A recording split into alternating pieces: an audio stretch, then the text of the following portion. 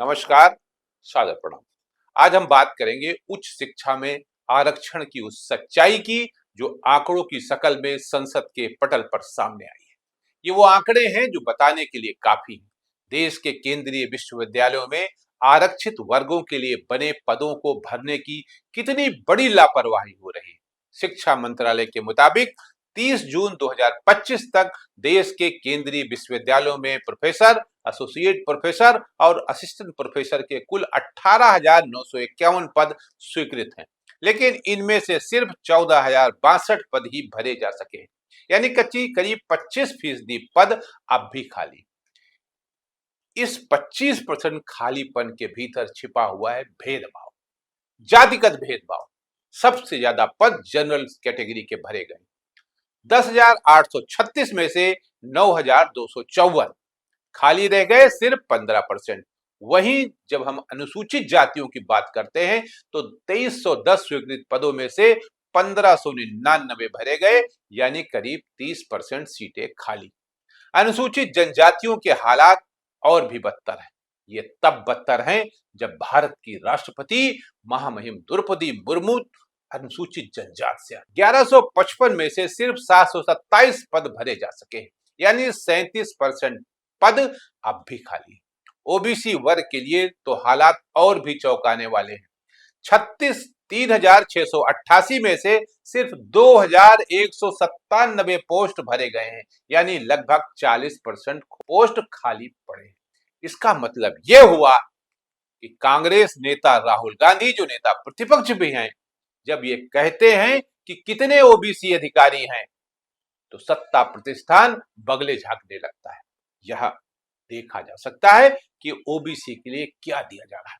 Bharatiya Janata party की पूरी राजनीति ओबीसी के इर्द गिर्द घूम रही और हालत आपके सामने है।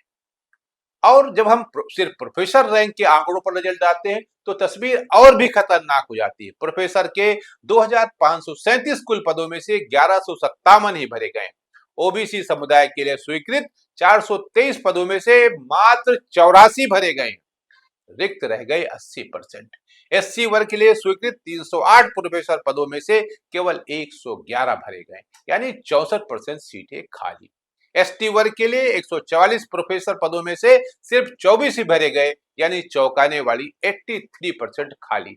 सवाल यह है कि क्या ये सिर्फ देरी या जानबूझकर नजरअंदाजी? क्या यह मान लिया गया कि प्रोफेसर जैसे उच्च पदों पर आरक्षित वर्ग के उम्मीदवारों की जरूरत ही नहीं? और अगर जरूरत है तो फिर नियुक्तियां क्यों नहीं हो रही? क्या मेरिट के नाम पर भर्ती रोकना ही सिस्टम की नीति बन गई? ये सवाल इसलिए भी जरूरी है क्योंकि संसद के 2006 के अधिनियम ने स्पष्ट रूप से आरक्षण को अनिवार्य बनाया है। फिर इस लापरवाही की जिम्मेदारी कौन लेगा? 2006 में मनमोहन सिंह जी की सरकार थी और हमारे आदरणीय अर्जुन सिंह जी उस समय मानव संसाधन मंत्री थे, और तब एक कानून बनाया 93वां संशोधन करके हमारे संविधान में कि जो इस देश के जो दलित हैं, पिछड़े हैं, आदिवासी हैं, उनको शिक्षा में आरक्षण दिया जाए। और ये कानून बना कि सरकारी और निजी संस्थान दोनों के लिए।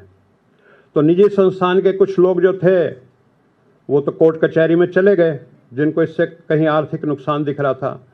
लेकिन जो सरकारी, जैसे दिल्ली यूनिवर्सिटी है, आईआईटी है, आईआईएम है, वहाँ पे ये आरक्षण तुरंत लागू हो गया और कोर्ट के फैसलों में देरी लगती है। अल्टीमेटली 29 जनवरी 2014 को सुप्रीम कोर्ट ने फैसला कर दिया कि आर्टिकल 15(5) जो निजी संस्थानों में आरक्षण का आपको सुविधा देता है एससी, एसटी, ओबीसी को, वो बिल्कुल संविधान सम्मत है, उसको जायज़ ठहराया गया। अब आप जानते हैं कि 29 जनवरी 2014 के बाद आचार संहिता लागू हो जाती है और देश में चुनाव का माहौल बन जाता है, और 2-3 महीने बाद बीजेपी संग मोदी जी की सरकार आ जाती है। और इस बात को 11 साल हो चुके हैं। 11 साल से जो इस देश के जो दलित हैं, पिछड़े हैं, आदिवासी हैं, जो उनको आरक्षण मिलना चाहिए था निजी संस्थानों में, और निजी संस्थान आजकल बहुत महत्वपूर्ण है जो कोई शिक्षा का निजीकरण हो चुका है, वो आज तक 11 साल से दलितों, पिछड़ों, आदिवासियों के अधिकारों पे ये सरकार कुंडली मार के बैठी हुई है, वो आज तक नहीं मिला। तो इस सरकार से समता का उम्मीद करना और कि सब मानव को, ये सब नागरिकों को बराबर मान के चलेंगे, ये उम्मीद करना बिल्कुल बेकार है। राज्यसभा में शिक्षा राज्य मंत्री सुकांत मजूमदार ने ये आंकड़े पेश किए जब आरजेडी के प्रोफेसर मनोज झा ने पूछा कि पिछले 5 वर्षों में कितने पद भरे गए और कितने खाली।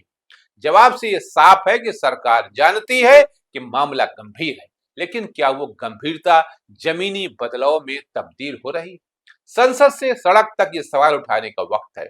सवाल सिर्फ रियक्तियों का नहीं, सवाल उस न्याय का है जो संविधान ने वादा किया, लेकिन विश्वविद्यालयों में दीवारें खड़ी कर दी गई हैं। यही वजह है कि संसद के मानसून सत्र में विपक्षी दलों ने इस मुद्दे पर तीखी बहस की, प्रदर्शन किए। कांग्रेस सांसदों ने लोकसभा में पोस्टर लहराए, लोकतंत्र खतरे में है। वोटर वेरिफिकेशन घोटाले के साथ साथ अब प्रोफेसर पदों में भी घोटाला। लोकसभा की कार्रवाई हंगामे के कारण मात्र 12 मिनट ही चल सकी। वहीं राज्यसभा की कार्रवाई भी बमुश्किल 1 घंटा 45 मिनट चली और फिर स्थगित हो गई। लेकिन सवाल उठता है कि जब देश के विश्वविद्यालयों में ओबीसी, एससी, एसटी के योग्य उम्मीदवारों को प्रोफेसर बनाने का हक नहीं मिल रहा है, तो हम शिक्षा में समावेशन की बात किस मुंह से कर रहे हैं?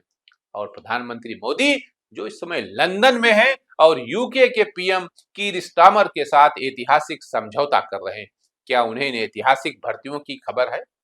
वो भी तो ओबीसी है। बड़े डंके की चोट बताया जाता है कि पहली बार भारत के प्रधानमंत्री ओबीसी है, ओबीसी प्रधानमंत्री दिया है। तो ओबीसी का क्या हाल? जरा ये भी तो देखिए, उसके भी तो आंकड़े देखिए। क्या ये भारत के लिए शर्म की बात नहीं कि एक और भारत यूके साझेदारी में लिविंग ब्रिज की बात हो रही है और दूसरी ओर देश के अपने विश्वविद्यालयों में सामाजिक न्याय की बुनियाद ही दरक रही है। आज द संकेत लाइव आपसे सिर्फ रिपोर्टिंग नहीं कर रहा है, हम आपसे अपील कर रहे हैं, इन आंकड़ों को समझिए, साझा कीजिए और जवाब मांगिए, ताकि वो रिक्त पद भरे जाएं जिन्हें जानबूझकर खाली रखा गया है। क्योंकि जब शिक्षक न्याय के आधार पर नहीं चुने जाएंगे तो शिक्षा कैसी होगी ये आप भली भांति जानते हैं। आज के लिए इतना ही। नमस्कार।